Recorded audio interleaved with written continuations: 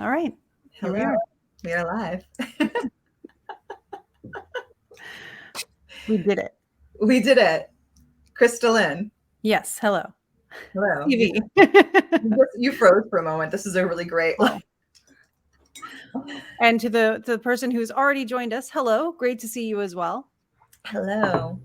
This is our very, very first episode of Ask Me Astros, and it's a little different than IG Live because IG Live, we're like seeing our audience, and today we're just in this room on our computers with each other. Yeah, there is the option to chat and engage with us on most streaming options. I'm guessing the one that probably doesn't have it is going to be hello, it's Jill. Yes.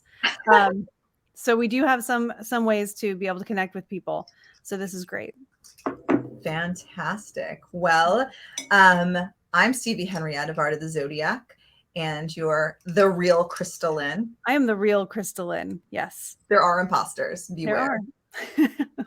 I will never DM you for readings. But anyway, I am KristaLyn Vitovich. I'm the storytelling astrologer, and I love to dive into charts, particularly with CV, and pull the story out and see what the charts are saying and how you can help someone really be their own hero of the hero's journey that is the chart. Absolutely. And so this is the very first episode of something we call Ask Me Astros. And the idea is that every month we ask people to submit their questions and their natal charts so that we can take a deep dive into a topic that hopefully has relevance to many people. And in each of these episodes, we will be kind of taking you through piece by piece how to read a chart. So if this is something that's new to you, we're kind of sharing our processes with you. And that is a dog coughing up something in the background. Been there. And yeah, do you want to tell everyone a little bit about the chart we're going today's episode? Yeah, so what we do is we put out a call for questions that you can actually send your questions about your chart and specifically like what is coming up for you in the near future. A lot of people have been hearing about Saturn moving into Pisces. So we get a lot of questions about Saturn right now, maybe about Pluto moving into Aquarius. If you hear about it on social media and you're like, wow, what does that mean for me? This is our solution to that. It's so difficult to, in a social media post, say, this is what this means to you, just based on your rising sign or just based on your sun sign. So we put out the call, we asked people, send us your questions, and we chose the one that had a lot going on that was relevant to the current time that a lot of people could also relate to. And today we will be sharing that chart anonymously and going through some of the basic questions that person asked us and just really sharing what we would look at and kind of doing a little bit live what the process is of diving into the chart and finding those answers. And we're also going to share in general some stuff about your Saturn return. If you're leaving it, if you're coming into it, if you're in your first one, your second one, or maybe even your third, some things to expect and ways to prepare. By the way, if anyone's going through their third Saturn return, I think congratulations. And we will automatically read your chart. Yeah. I think that's a fair statement. Yep. So shall we get going with the chart today? Yeah, let's bring the chart in as kind of like our special guest today. Here is the chart. So basics of this chart, right? We have a Leo rising. We have an Aries sun, which is exalted, and that's kind of lovely.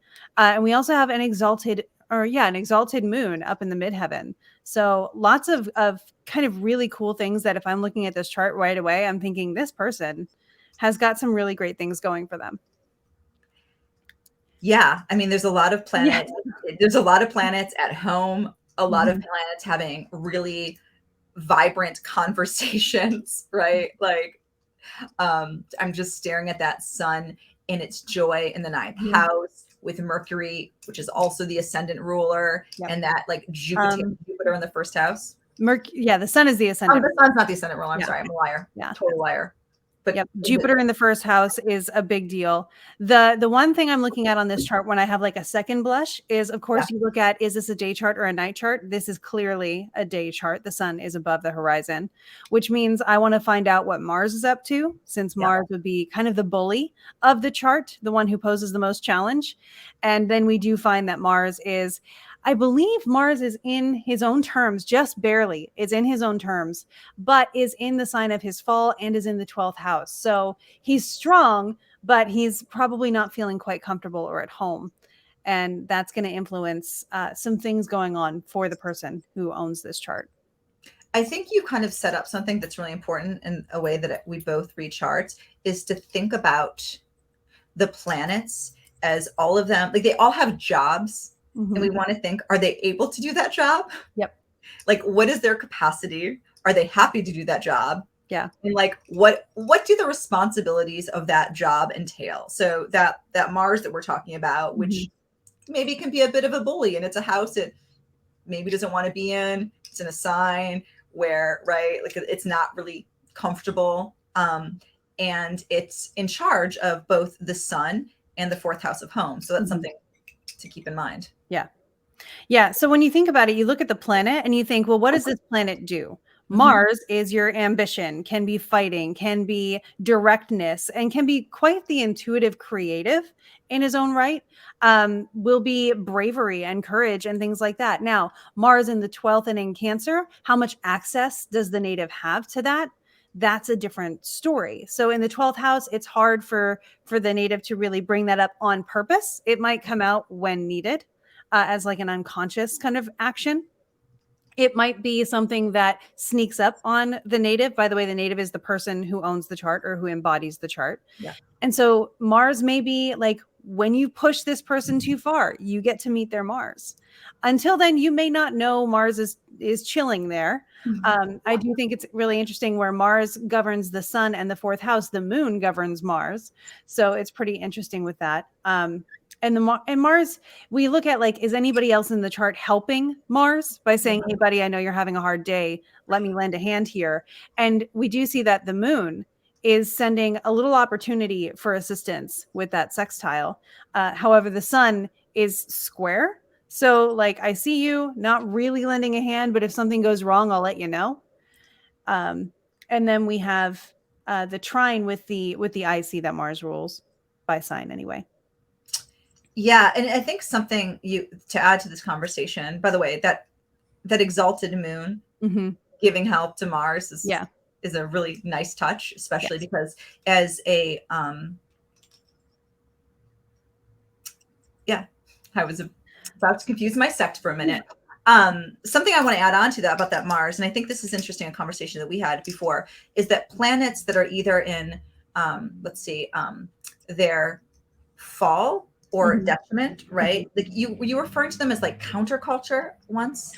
I was referring to planets that are debilitated in the chart. Don't necessarily mean you're down on your luck or down and out and have no opportunity. Yeah. It was Gemini Brett who once suggested to my poor debilitated Venus that perhaps the things Venus rules, relationships and things like that, beauty and aesthetic, I might not do it the way culture governs it. I would do it counterculture or in a diverse way. So the way that this person might do Mars things might be different than what we see portrayed in culture.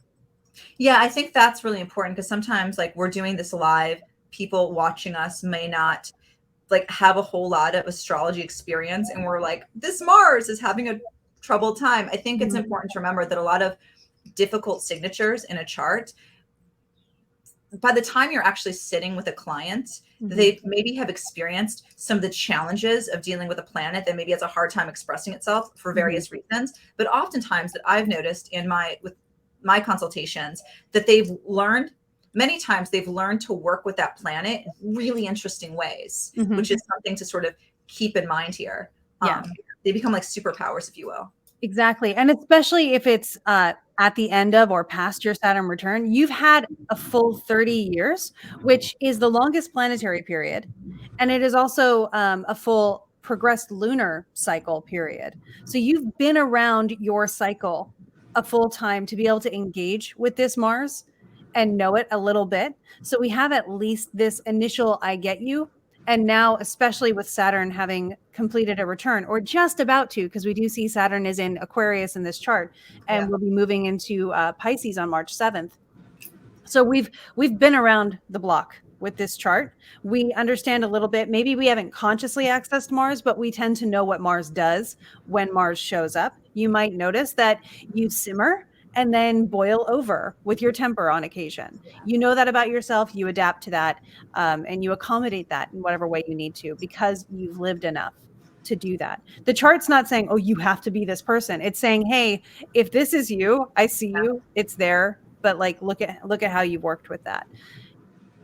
Absolutely. And I love that we've just jumped into this Mars, which is undeniably the most difficult planet in this chart. And Mars is coming up for this person, and we'll get to that in a moment. But I love how we're like, Mars is stealing our attention here. Should we start with so we're getting a feel for the chart, right? Of just like brass tacks who it is. We know that it's a day chart. We see that that Mars is also. Why is my brain? Yeah, I'm hurting. The sun is the ruler of the ascendant. Why, like? Yeah, you had said earlier that Mars was. We got confused. Oh, I meant the sun. I meant the sun. Yes. And then I was like doubting, and then I'm staring at myself like, do I just not know how to read charts? Yeah, no, that's a really. I'm like, that's a really powerful sun. Yeah, the sun is the helmsman and exalted, quite happy. Yeah. I was like, that Mars. That would be a whole conversation if that Mars is the ascendant ruler. And the sun witnesses the ascendant by trine, which is also really great in his joy, as you mentioned. So the sun is strong, is really supported. The sun can do some things in this chart, especially being the ruler of the whole chart. So this is someone I imagine us also with this Leo rising and that Jupiter also there. Jupiter also in his own terms, if you notice. This person probably has great hair. I'm just thinking of like Leo risings tend to have that lion's mane, like the really cool. And you can speak to this, right? Yeah. Spoiler alert: I'm Leo rising with Sun in Aries, so I'm like, my husband. I know that Sun. Yeah.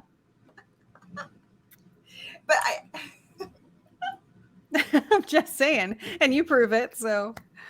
No, I'm thinking too. It's sometimes it's fun to think about, like when we're kind of talking about the chart for the first time, is like. There are going to be planets that are harder to deal with, but then also like, what are your superpowers? What is like your strength that you can go to? Yeah.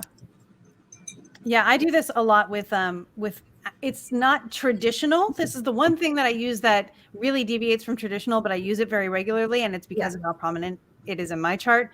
But when I'm working with people on their stories and writing, we look at Chiron to see what your superpower might be. And it's interesting because obviously Chiron is in Cancer in this chart with the South Node, but also co-present with that Mars that we were talking about earlier. So that Mars is probably going to be speaking a little bit to the superpowers, as you mentioned. Chiron is not even really an asteroid. It's like a comet, like a dead comet that's kind of become an asteroid. Okay. And Chiron is, if you know mythology, the wounded healer. So Chiron in mythology is credited with creating pharmacy, which is neat, but also was the one who trained heroes.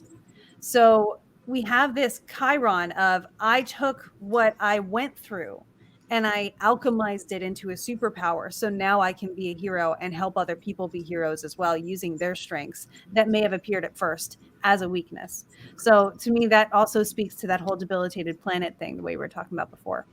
And if I could just meditate on this for a moment, right? Because I often think that Mars in Cancer, if we think about Cancer, is where like it's emotional, like nurturing, right? It's a space where we can like have vulnerable conversations, right? Like, and Mars has a hard time because Mars wants to sever and cause war, right? And so sometimes people with Mars in Cancer maybe have dealt with like having those spaces of emotional vulnerability being somehow like jeopardized, perhaps. But interestingly enough, I've seen a lot of clients that have this Mars in Cancer signature that end up like, I think it's Adam Ellenboss who first pointed this to me, and I've noticed it since. They can become like champions for the Cancerian, whether they're like, I've seen a lot of like women's rights advocates or people who are working like defending children, right? So you can get that Mars can go from like having to deal with some difficulty to becoming like a champion, which is interesting to take the Chiron, because Chiron's story was that his parents rejected him, right? He was the centaur, and like his mother like was just like, hell no, like begged the gods to like turn her into a linden tree essentially. Mm-hmm. And so you have this like really kind centaur who was pretty much abandoned as a child, but ended up like taking care of all these other children, right? And so it feels like there are some interesting similarities between that Mars in Cancer and that Chiron in Cancer, even though I don't use Chiron that often myself. Yeah. Yeah. And my use of Chiron, because we can't really associate a lot of essential dignity to it, or say like how well is Chiron able to do what Chiron does. We just know Chiron does in this context. Yeah. So it's Chiron does the wounded healer in a Cancerian context. So I think your interpretation is probably the extent I would go to. I usually, with Chiron especially, will bring a lot of intuition into how that looks in the chart, and as well taking into account the house topics and connections from other planets, or the ruler of Chiron, which again is going to be the moon. So treating Chiron kind of the way you would with a lot, in a sense. Yeah. And I think to your point, like we're talking about this chart anonymously right now, but I think that if we had a client in front of us, this Chiron more than anything would be an opportunity for questions, right? Like where have you felt that? What was your childhood like? Was there emotional stability? Things like this. Yeah. The beautiful thing about an actual consultation is you have the discussion, the back and forth, where the chart speaks to us, we translate the chart, and the person gets to validate it and expand upon it, clarify it. And then we can dig even deeper once we have that clarity to say, oh, so this is how that showed up for you. Now, these other things, past, present, future, or personality, also are there. And now we can give even more insight, which is the beauty of astrology. Absolutely. Before we go into the Saturn return, should we talk, because we're talking about this Cancer Chiron, should we maybe give a little space to talk about the 12th house and how the house placement might affect it? Yeah. So the first thing I want to preface with, though, is the 12th house in tradition is considered the house of the bad daimon, which is spelled Daimon or Daemon, which looks a lot like demon. Not necessarily. There is also a house of good daimon, which is the 11th house. It was just spirit. So we're looking at bad spirit, good spirit. And spirit could be a condition of illness or mentality, or joy versus melancholy, that kind of thing. So it's not something to immediately, especially for the person whose chart this is, if you're watching this, I'm not saying you're an insane person who belongs in an asylum when I talk about the 12th house often being a place of solitude, or being a place of self-undoing or hidden enemies. What that looks like in the context of metaphor, and when it shows up in real life, can sometimes mean that this person does end up in prison or whatever. But also we notice that in a lot of cases, this can also mean, especially with the moon being the ruler of it and being near the midheaven, this person, even in public, may feel lonely. And so we have the context of the rest of the chart that you really want to draw into an actual interpretation of the sign or the house. The house itself, the 12th house, is known as the place of hidden enemies, known as the place of isolation, incarceration, and illness. It's the stuff we can't see. Rick Levine actually had a really great way of describing the houses that aren't able to be seen from the ascendant or the cardinal points. So if you're looking at the chart and you do like the 3 o'clock, 6 o'clock, 9 o'clock, 12 o'clock houses, those are your main points of activity. And then you have the signs that they can see, and then the ones that are in the blind spots. So the same way that your car, you can see out the side windows, the front and the back, but you have your blind spots at the angles on either corner. That's the similar thing. Because we can't see it, we're not sure what it's doing until it becomes known. So that's one of the things to keep in mind when you're thinking about these houses that are called cadent. They don't have a lot of energy to them. So a lot of the times you won't notice what's going on because they don't have the charge in the battery the way other signs and houses offer. So that means that until something comes up to trigger something going on in this 12th house, we didn't see that there. But then you do, your BP thing goes off on the car and says your blind spot indicator has been pinged. That could be a transit. That could be progression, or it could be a perfection that really lights that up. Looking at this, we do see that the Time Lord is going to be Mars soon for this person. Currently, it's Jupiter. They're in a Pisces perfection, and then they will be in a 9th house perfection, which is going to activate Mars a little bit, which may bring up some of those topics. May I add to the 12th house for a moment before we get to that Mars? Just to give some context here too. I think it's important to realize perhaps one of the beauties of astrology is being able to see these blind points, blind spots, if you will, right? And for those who, again, like to maybe add to build on some other associations of the 12th house, I'll offer a few here. I really liked how Sam Reynolds said the padded room, right? It could also be a recording studio, a place where you need to go, right? And I really, my favorite 12th house story that I think is worth inviting people in. Have you ever heard of Damien Eccles? The magician? Yeah. So he at 19 years old was, and crude summary here, everyone, essentially convicted of a crime he didn't commit, and was sentenced to life in prison at 19, right? That's an interesting nodal return.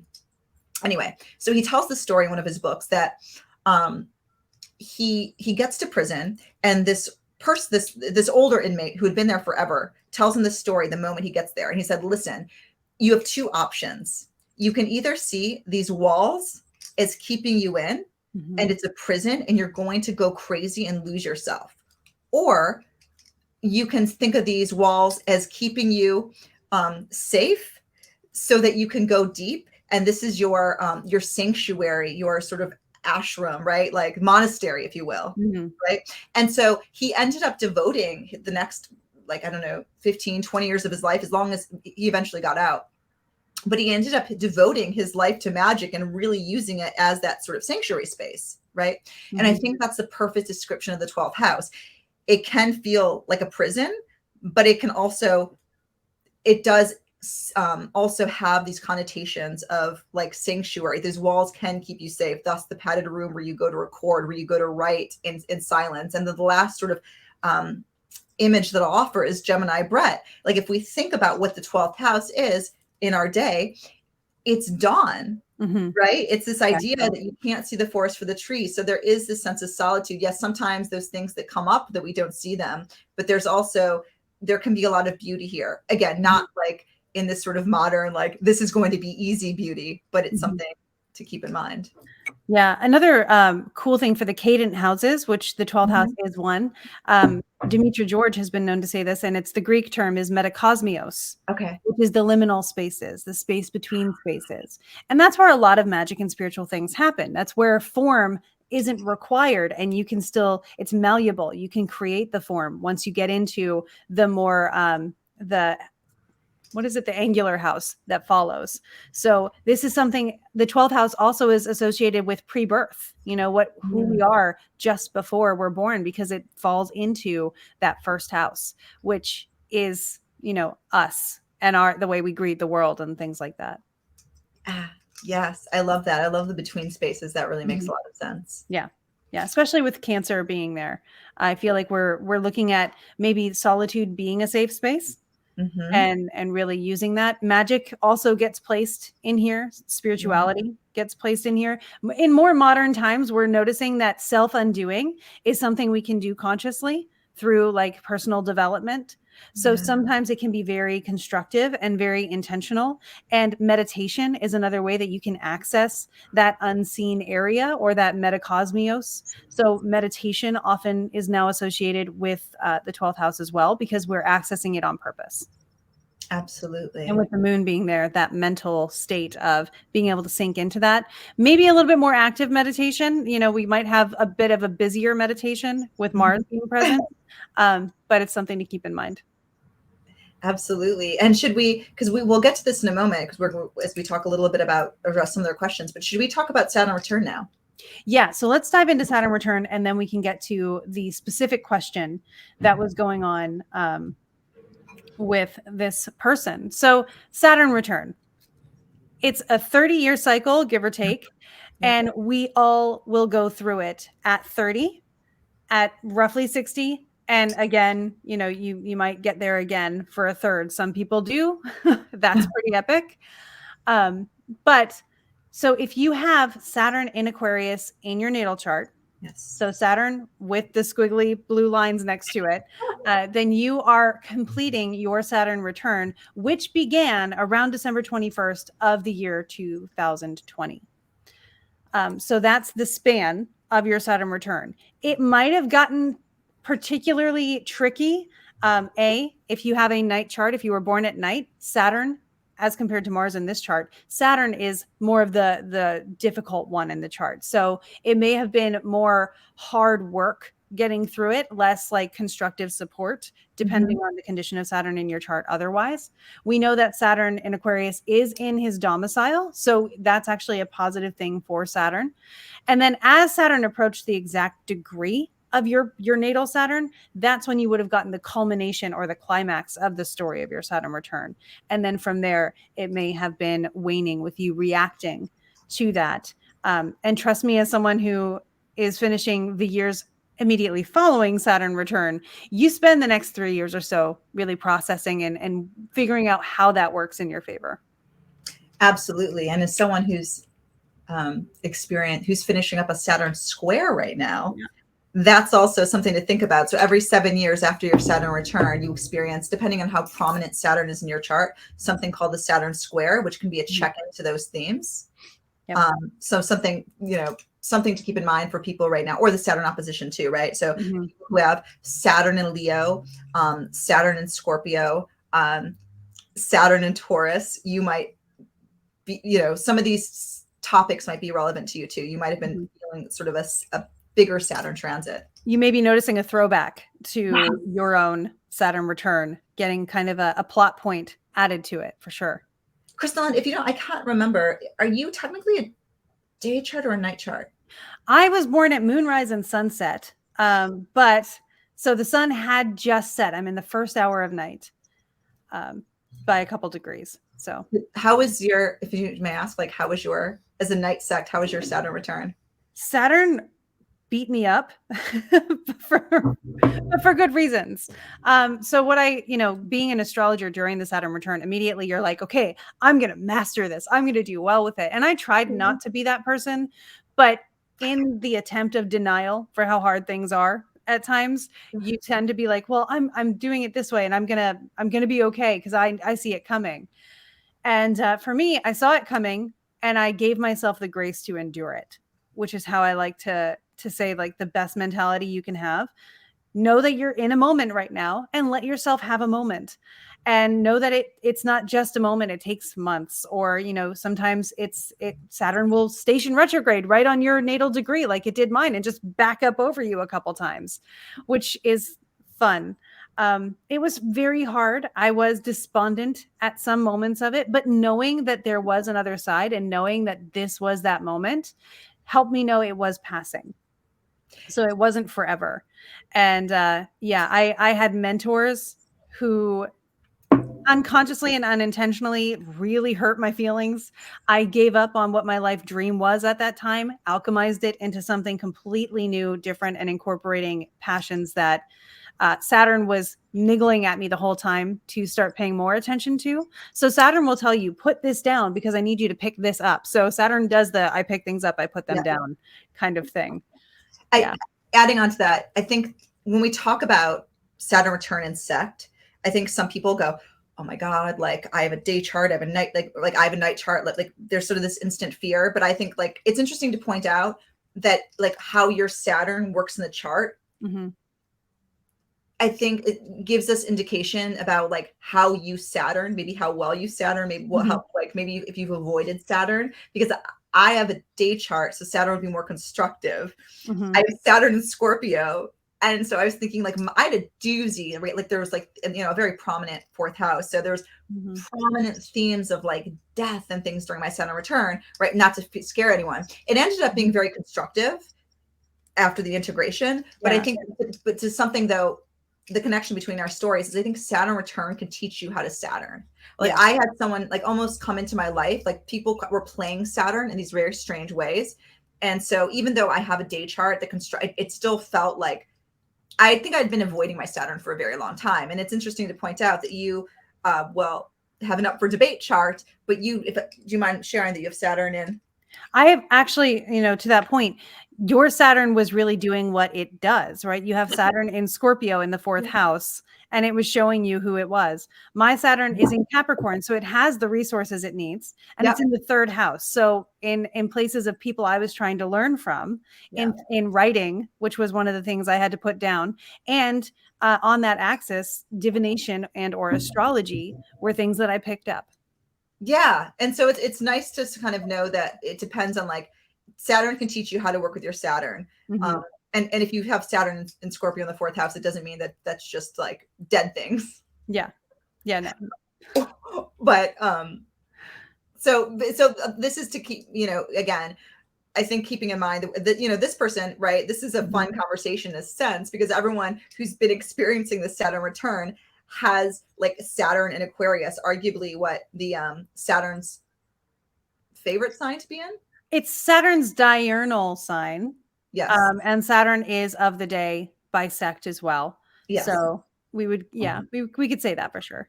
Arguably, Saturn likes to be here most. Yeah. Right. We could say that. Yeah, I'll give it that. Yeah. Yeah. So, if you may not have been experiencing the doozy of Saturn returns. Yeah. And actually, I have my business partner, Emily, who does the Forgotten Storytellers and the Alchemist Inkwell stuff with me, is completing her Saturn return. Okay. Saturn being in Aquarius. I won't give up more of her chart that way, but it was definitely constructive, but it had her questioning a lot of things, and it had her grappling, I think is a good word, with a lot of ideals. Now we're thinking about Saturn in Aquarius. How is Saturn going to show you how Saturn in Aquarius goes? Aquarius is the big picture and the like high perspective, thinking about ideals and what's fair and how to make stuff work and how to make it work consistently and for a long period of time for multiple people. And that was definitely something that came up. Absolutely. It's also interesting to think about people who are going through their Saturn returns. To some extent, I think of always end up being like the leaders of a moment, right? Like we see this signature that's been speaking very loudly for the last 2 years. Yeah. But this is interesting because while we're touching a little bit upon, which you did so eloquently, what a Saturn return is, this chart's interesting because we're actually touching on the question really is, what comes after the Saturn return? Now what? Yeah. Yeah. So what we're seeing now is Saturn's about to move into Pisces. And this is going to be the first time in about 6 years where Saturn is not going to be in domicile and is not going to have the dignity of being at home or even in an exaltation or anything like that. So Saturn is journeying now. We're leaving home. We're going on an adventure, but more the Bilbo version than the Frodo version, I guess. We're not happy to be going out, but since we have to, here we go.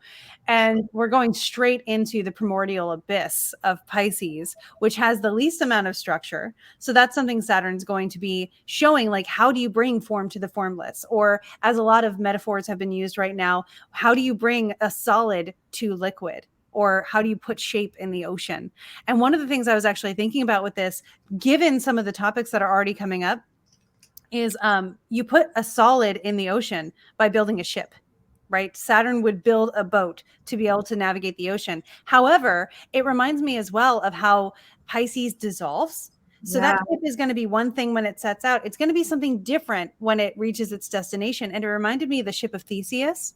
Have you heard about this? No, please tell me. So it's a ship that's in a museum, but they've redone it so many times and fixed it and repaired it so many times that not a single plank is the original plank. And so people say, is it still the ship of Theseus? And that's something you have to grapple with. It's still the container. It's still the ship because it was. But if everything's been replaced, is that still the ship of Theseus? And I think we're noticing this with a trend coming in of traditions, particularly in magic, in methods, in astrology. I've seen it in a lot of mystery schools and things like that, and just traditional ways of thinking and being. We're seeing that is growing and evolving, and there's a push for it to evolve. And we're saying, how do we honor where it came from? do we let the ship of Theseus be the ship of Theseus? And the way I explained it to my husband earlier today was like, if you have your grandmother's cookie recipe, but over time you end up using completely different ingredients, it's still a cookie, but is it your grandmother's cookie? And does it matter? And that's really beautiful. And like on the personal level, right? We think that we've spent 2 years with Saturn and Capricorn, Saturn and Aquarius, and to some extent, there's this idea that we know how to Saturn. We know what the structures are. We know what the containers are, right? Like we've been through some things, like we get this. And then suddenly Saturn in Pisces is like, but wait, you mean like it's all changing materials on me? Like it's almost, like there's like this, you know how to dance, but do you know how to disco? And so it's this whole different thing. oh God, now it's time to underwater disco. Yeah.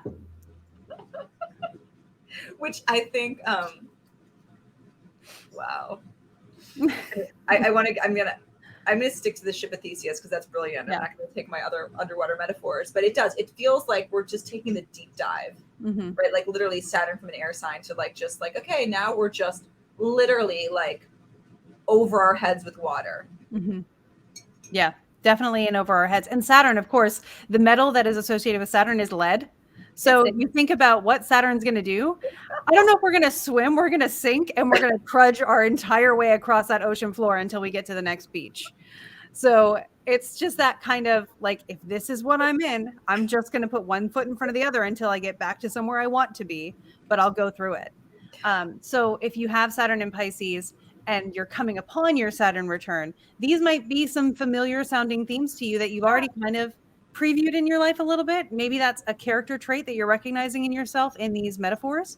But also if you're finishing your Saturn return, this is the time where your Saturn is not going to see your natal Saturn. Transiting Saturn will not be interacting with your natal Saturn. So you have this blind spot moment to be like, whoa, that happened, and really process it.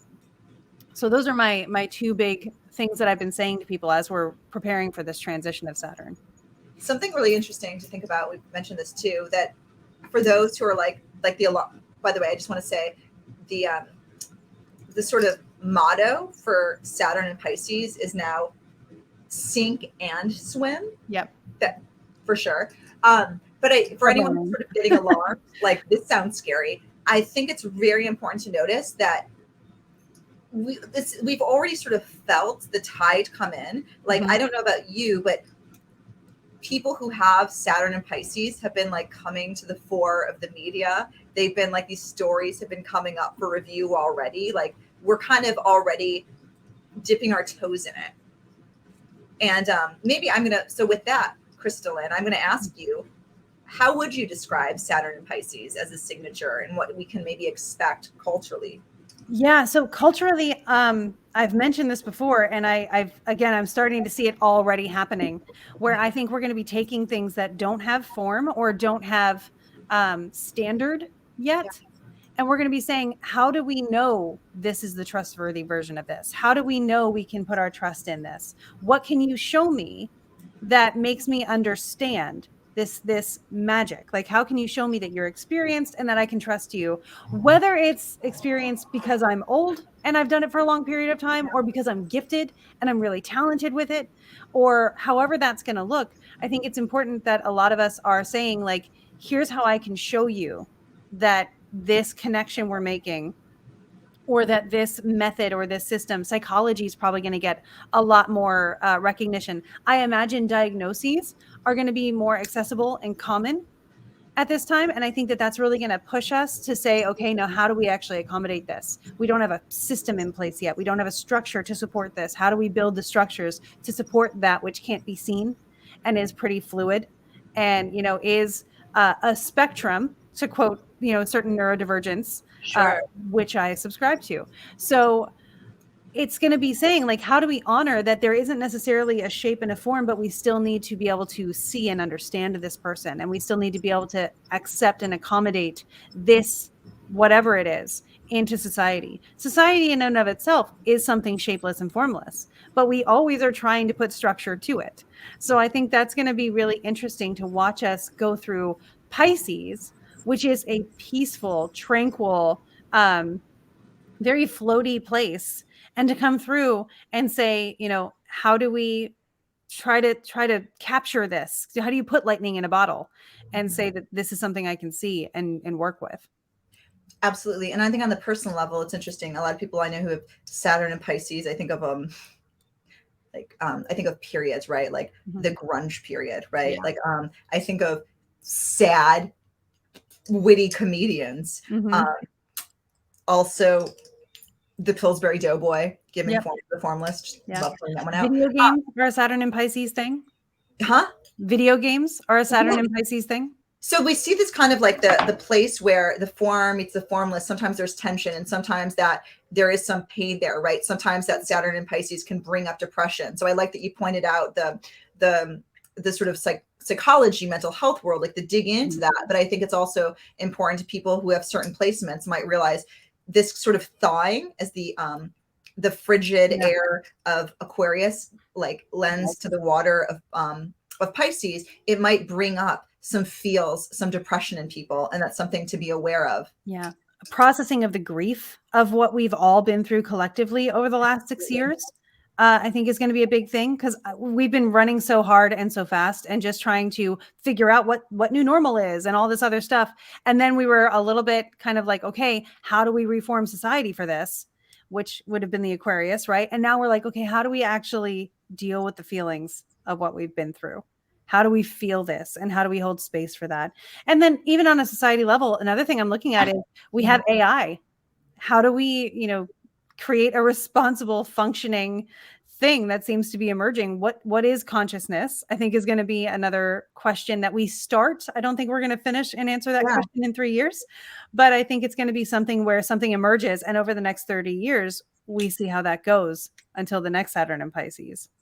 Absolutely. By the way, will you check the comments, because there is a the Lord of the Rings comment. The Lord of the Rings reference. I'm gonna be honest, I don't always get Lord of the Rings references. So earlier when I mentioned that it's more Bilbo, that's the Hobbit. Frodo was Lord of the Rings. So don't worry, I got you. I got you. Yeah. So wait, which one did wait, hold on, let me get this. Frodo didn't want to go. That was Lord of the Rings. Well, no, Frodo did want to go. Frodo was kind of like ready for more adventure. Bilbo originally was really peeved at everybody being at his house, and then had to work himself up to say, I'm going on an adventure, and really convince himself that that was exciting. They're all like one thing. This is so embarrassing. I'm going to be like canceled by like Lord of the Everybody came from the Shire. It's just a matter of how excited they were to leave. Love it. Thank you. Sorry, I got derailed. I'm like, ooh, good comment. Yep. Woo. Okay. Yeah. Fantasy stories are a big thing for Saturn and Pisces as well. In fact, I think The Hobbit might have been a Saturn and Pisces thing. So this is quite appropriate. I have to look that up and confirm it. But I know a lot of video games and a lot of high fantasy stories. Again, you're bringing structure to the magic systems and things like that. It's pretty cool.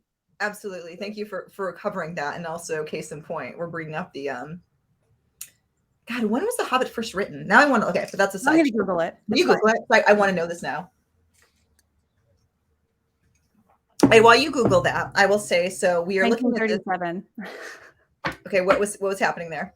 I don't know. Let me grab the ephemeris. Ephemeris. Okay. Actually, this starts in 1950, so I'm actually going to use Luna for the ephemeris there. So okay. Want to take a moment? Could we have like an unsponsored commercial break and you tell us a bit about Luna? Oh, sure.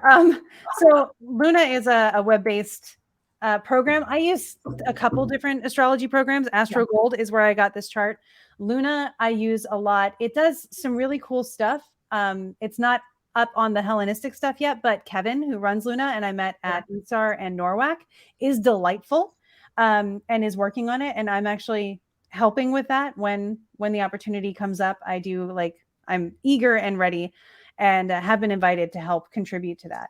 So what I'm doing, Luna has an online ephemeris, which is really easy for me to navigate. So I'm just going to do September 1937, and I'll just pick a day, September, I think it was 21st, which is interesting. Let's start at the beginning of September, actually. And by the way, we would probably not, if there was a client in front of us, we would ask way more questions. We may not stop to have a whole side conversation about The Hobbit. Yeah. Unless the other party was thoroughly engaged. Exactly.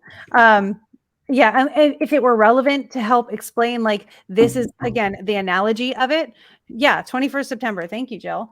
Which is, again, Woo! 21st September, isn't that that's the solstice, not, it's the equinox, isn't it? Roughly. So 9/21/1937. Jill's so good. Yeah. I hope Jill had that memorized. I hope Jill's like a walking, like, Lord of the Rings expert. Lord of the Rings. Jill, you might be interested in Becca Tarnas, who is a walking Lord of the Rings expert and a very amazing archetypal astrologer. So we had Saturn in Aries at that time. So this is going to be really, it's going to have its Saturn return right after the conjunction between Saturn and Neptune in that first degree of Aries. You know, and this is a really great dovetail. But that means he was writing it during Saturn and Pisces. Just saying. Yes, because this is the dovetail. I think that a lot of times we're just like, party's over, like my Saturn return's done. But I think in some ways, looking back at my clients, my own real life experience, that in a sense, the work begins after the Saturn return. Because Saturn return, you're figuring this shit out. You're learning how to ride the bike. That is your Saturn. There we go. So let's jump into this. Yeah. Well, and to that point, in a story, you have your scenes and your sequels where there's action and then there's reaction. So if you're in your Saturn return, you're in the scene, you're in the action, but then you have the sequel to the scene or the reaction to the scene. There's always the battle and then the, wow, what just happened? What do we do with that now? How do we prepare for moving on? And this is exactly what the chart does as well. You have your angular, the action. You have the succeedent, what just happened? The cadent, how do we prepare for what's coming next? And then the action again. So it's really beautiful. But I agree, we should jump into the chart here a little bit more. So this person was essentially that they were wondering what, I think their biggest fear, they're like, what do I expect after my Saturn return? And they were wondering if they should have to wait 2 years before buying a house because Saturn's going to their 8th house of shared resources. Also, if I can share a little bit just anonymously about this individual, it feels like they're set to tell a little bit about their Saturn return itself. It feels like it had a lot to do with significant one-on-one relationships. There was some family stuff that came to the fore, right? I think it had to do with they had to rethink the way that they did their life. A lot of it dealing with maybe a upbringing that was religious that they were kind of starting to rethink about, which feels like a very 9th house topic. And we'll come to that in a moment. But I think this emphasis that the way that this person said was that there was a lot of significant boundaries around one-on-one relationships. And I'll let you carry on from there. Yeah. So we have Saturn in the 7th. So we know we're going to be setting boundaries between us and them.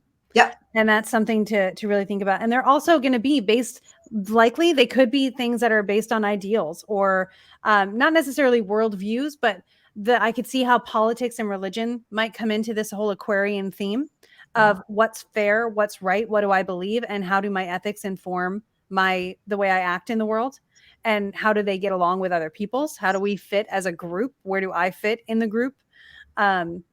But also keeping in mind that when we dig just a little bit deeper, we notice that this person is going out of their current perfection of an 8th house perfection and into the 9th house, which I think you were going to bring up. So I'm already thinking about that a little bit for them since their birthday's coming up in April. And just noticing there's a couple things that really stand out. First and foremost, noticing that the birthday is coming up in April and recognizing that birthday is going to bring a 9th house year where Saturn will already be in Pisces. So we're looking at this is starting their new year for them. We're already wrapping up the 8th house year. And what Jupiter having been in there, it may not have been too chaotic because Jupiter was in domicile for a lot of it, but now Jupiter's in Aries and will move around May 12th into the 10th house. So we're going to have a lot of abundance of attention or of opportunity for movement in life direction and life path or career movement. But in the 9th house year, there may be some dealings with politics and religion again, because the 9th house really does cover worldview. The 9th house also governs astrology, which is really cool. You know, your higher forms of learning, of pursuit of spirituality, that kind of stuff, how you really anchor it and practice it. And the sun and Mercury, of course, are there. Mercury is the astrologer of the zodiac as well, as far as planets go. So that's Yes. something to keep in mind. This is the active house. So these two are going to be active because their house is lit up. And Mars is going to be playing into that as well, particularly the movement of Mars throughout the year. And Mars is finally going to be getting out of this person's 11th house and coming back to the 12th house during March as well. So this person's going through a Mars return. So we're going to learn a little bit about how we Mars from this. And so we've been seeing some situations with friends, possibly family, depending on how close our relationships are, that have been under construction and under review with Mars since about August 20th of last year, when Mars came into Gemini and then just stayed there for a good long time, retrograding between October 30th and January 12th. Yes. So there may have been some conflict going on with relations between people. Again, we're seeing that because Gemini is that one-on-one, that communication, that connection. Absolutely. And may I add into that real quick? Before I jump into Venus here. And I think it's interesting. It almost feels like you said that Mars feels like a preview period, because I think the thing to remember is that it feels like overall this person made it sound like this, from what we understand, this was a constructive Saturn return. They feel like they have a good handle on it. But thinking that for the last year, Jupiter has been the time lord. And Jupiter is in a very good place in their chart, a place to help them. It's in the first house. Jupiter is part of the day sect. It's the insect benefic. So Jupiter wants to help, right? And so it's interesting to think, though, that they're moving from that Jupiter lord, time lord, to Mars, where Mars is a tricky planet in their chart, right? Mars is the out of sect malefic. Thank you so much. It's like we mentioned at the very beginning that Mars might have some struggles, and maybe that Mars can be quiet in their life, but that Mars might be kind of louder this year. And so we think about ideas of ninth house topics and almost coming back to maybe the lessons of the Saturn return of having to draw boundaries and having to think about what's important to them. It feels like those things are really going to come to the fore. Like, what do I believe in? What's important to me? And so that sense of like integration that we talked about with that Saturn and Pisces feels like it could be mimicked with having to deal with a little bit of those more difficult Mars issues as well. Well, and there's going to be the Mars Saturn trine. So Mars being activated is going to trine Saturn. So we're going to bring Saturn into some sort of awareness for us there. But Mars, again, Mars is returning. And in the solar return chart, if I draw up the chart for this person's birthday this year, and just say, how's Mars doing? How Marsy can we get? Is Mars able to be active about it? Because to your point about Jupiter having been in Pisces for that period of time, Jupiter was in domicile, but also in the house that was activated. So this person would have been able to be actively involved in those topics because Jupiter was in place. Jupiter at the time could not witness himself in the natal chart. So it may not have been as much of a comfort zone. There may have been some actual effort that this took, but it was just this instinctual, I've got to do this. I know what I have to do. It's maybe a little bit out of character, but it feels empowered. And it feels like maybe there's like a divine wind helping out with this, with that Pisces spirituality that Jupiter can offer, some divine insight. Then Jupiter came into Aries. I think Jupiter came into Aries officially back in like October and stayed. So this really lit up that ninth house, started those themes for us because Jupiter is the time lord. And now it's in the next house that's going to be lit up and is going to pass that torch, still being in that house, is going to pass the torch to Mars, who is his ruler, just as he comes to conjoin the natal sun and Mercury. So we have this like really cool, ambitious, good stuff happening, but there's this hint of we have to process this. We have to deal with it. Mars in the solar return chart is in the natal position of Mars. So we're feeling familiar with this at least. And Mars actually, witnesses the sign that's activated. It can witness the ninth house here from the natal position and from the solar return position. So we're going to be more actively involved in these ninth house topics, probably for the year, and, ebbing and flowing as Mars progresses throughout the other signs throughout the year. But that does give us the whole, like, I'm in my power. I nurture myself. I'm the hero I needed. And I've become that person a little bit. And so those themes of the ninth house of foreign travel or, higher education and learning, worldview, religion, all of those things, that's going to be an active choice, active, emphasized even more by Mars, doing what Mars does. Absolutely. And it's important to realize that Mars does rule the fourth house of home, family, but also ancestry, right? So I think in some ways, if this person has been dealing with some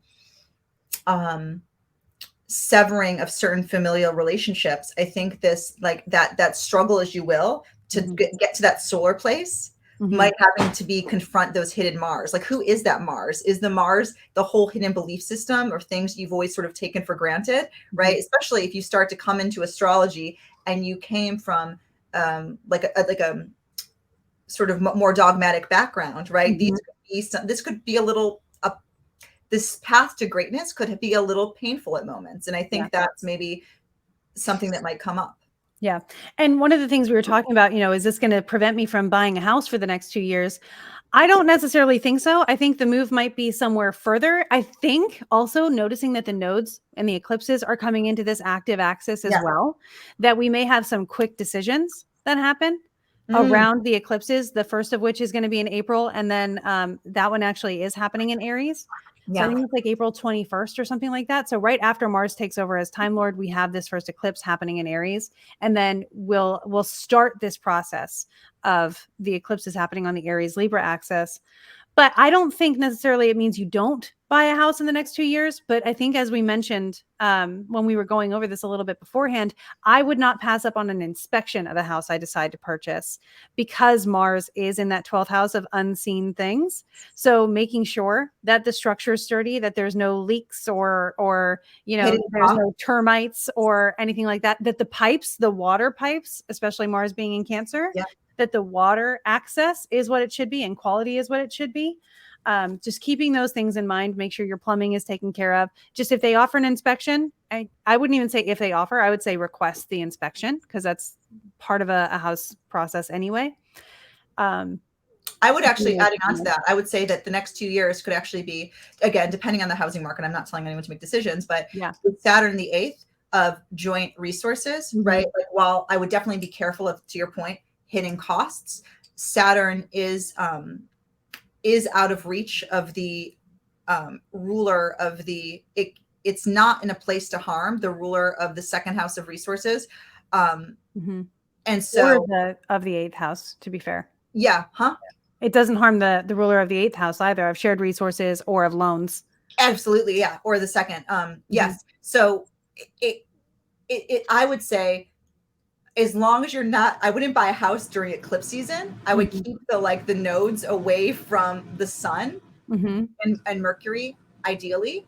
But and this is where I would consult an astrologer to really dig in and find a good time to buy. But if you wait the next 2 years, then Saturn moves on top of Mercury, becomes co-present with Mercury in a difficult place, which could make buying a house even harder, right? If the Saturn becomes co-present with the ruler of the second house. So to answer this person's question, I would think that there could be a time in the next 2 years that you could take the risk on, right? Especially if you're buying it with your partner. But I would consult an astrologer to make sure of the exact timing.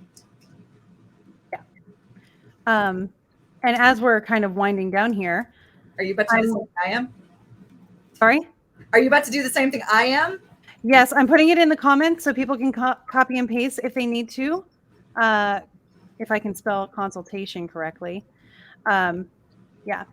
So something to keep in mind is this person that we chose their chart is going to get a discount code. We'll email it to them. Okay. Nice. But what we're going to do is they're going to get a free consultation with one or both of us. And anybody who's watching this right now, you can notice the code right down at, it's actually a banner on the video right now, and it's in the comments here. You can also get a discount on a reading with either of us. I think it's like 10% discount. So. It is. And I'm laughing, KristaLyn, because I'm so budget. I'm like, look, can we just see my piece of paper? Yeah, I was going to do it with my I Love Corgis thing. To the person who just asked about Saturn being in the 7th, we're talking about transiting Saturn. So Saturn by transit is about to move out of this person's 7th house and into the 8th, which is why we were having a conversation about the 8th house.